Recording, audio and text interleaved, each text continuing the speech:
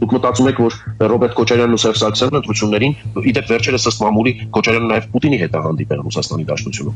Ռոբերտ Քոչարյանի սատելիտ ուժերը Հայաստանի Հանրապետությունում հանդես են գալիս Հայաստանի Հանրապետության ինքնիշխանության անկախության դիրքերից, կամ Ռոբերտ Քոչարյանի 2026 թվականին դուք հույս ունեք, որ իր դեմքով է մասնակցելու ընտրություններին։ Գյումրին ի վերջո ազդակա, դասա, մոդելավորված փոքրիկ տեսարան է 2026-ի, թե ինչ են ուզում անել։ Այս ուժերը Ռուսաստանի Դաշնության հովանավորչությամբ փորձում են Հայաստանի Հանրապետության քաղաքական դաշտը վերաձևել եւ ստանալ կոնսենսուս մինուս քաղաքացիական պայմանագիր եւ Նիկոլ Փաշինյան իրավիճակ։ Դուրս թողնելով, լուսանցքում թողնելով առողջ քաղաքական ուժերին, անհատներին, մտավորականներին եւ Հայաստանի Հանրապետության անկախության դիրքերից հանդես եկող ուժերին։ Դա հատուկ օպերացիա է։ Հատուկ օպերացիա է, չգիտեմ, միայն Մոսկվայում գրված, թե նաև Անկարայի եւ Բաքվի հետ համաձայնեցած։ Սա էլ գուցե մեր արտաքին հետախուզական ծառայությունը ինչ որ մի этаպում ասի կամ ուժային այլ մարմիններ սրա մասին խոսի։